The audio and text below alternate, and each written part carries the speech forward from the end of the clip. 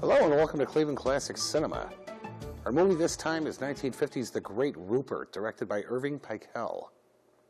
The Great Rupert, aka A Christmas Witch, isn't really a Christmas story, as only the opening quarter of the film takes place at Christmas time. But the themes of hope, faith, and generosity that run through it are pretty Christmassy, so I guess it fits.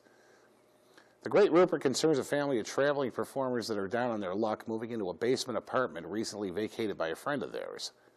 The friend, an animal trainer, has left behind an incredibly talented squirrel that helps the family at an important time. I realize that synopsis is lacking in several ways, but to tell you any more would give away quite a few important plot points, so that's all I can say without spoiling the film. It's a pretty enjoyable family-type movie, and there's nothing wrong with that. I know it doesn't fit into the general milieu of Drek you're used to seeing on this show, but, well, it is the holidays after all. Before I go on, let me tell you a bit about the man who produced this movie, George Pal. George Pal was born on February 1st, 1908 in Cegléd, Hungary. He attended Budapest Academy to train as an architect, but because of a clerical error, he was placed instead into illustration classes, and there discovered a passion for animation. After marriage, he and his wife moved to Berlin, where he landed a job as a paid apprentice at Germany's UFA Studios. Within 6 months, he was promoted to head of cartoon production. When the Nazis came into power, he and his wife moved first to Czechoslovakia and then to Paris. When he moved into the field of stop animation, his work became famous in America. In 1939, he was on tour in the United States giving lectures when the Nazis invaded Poland, whereupon he and his wife made America their home. He received a long-term contract from Paramount to produce his stop animation series, Puppetoons, hiring future stars of the process like Gene Warren, Hua Chang, Bob Baker, and a young man named Ray Harryhausen. The Puppetoons series was successful enough to encourage Paramount into offering Pal a contract to produce motion pictures, and his first, 1949's Destination Moon, was not only a success but won an Academy Award for special effects, as did his next film, When Worlds Collide. His other films include the classics War of the Worlds, The Time Machine, and The Seven Faces of Dr. Lao. His last film was 1975's Doc Savage, Man of Bronze. George Pal died of a heart attack in his California home on May 2nd, 1980. Jimmy Durante was born on February 10, 1893 in New York City. He dropped out of school in the 8th grade to work as a piano player.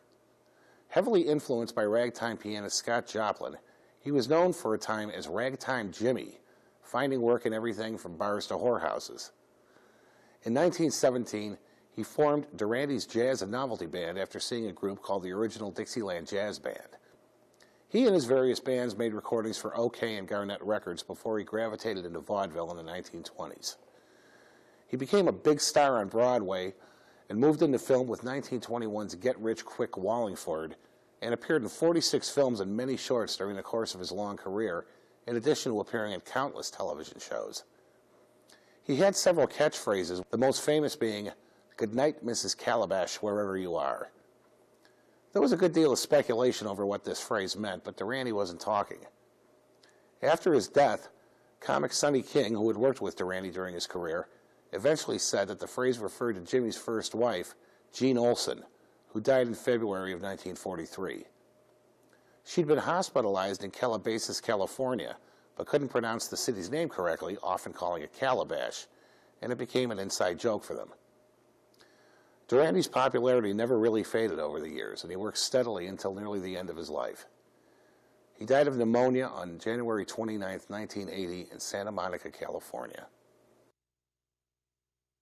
Terry Moore, who plays Rosalinda Amendola, was born Helen Luella Colford on January 7, 1929, in Los Angeles, California. She worked as a model before making her feature film debut in 1940's Maryland. She went on to work in 60 movies, her most well-known probably being 1949's Mighty Joe Young. She received an Oscar nomination for her performance in 1952's Come Back, Little Sheba. She also appeared in 31 television shows and miniseries, her last TV appearance being an episode of Murder, She Wrote in 1991. As you can see, she was a very beautiful woman and still is to this day. Sharp-eyed viewers will recognize Frank Cady, who played Mr. Drucker on Green Acres as the tax man. So right now, sit back, relax, and enjoy the great Rupert right here on Cleveland Classic Cinema.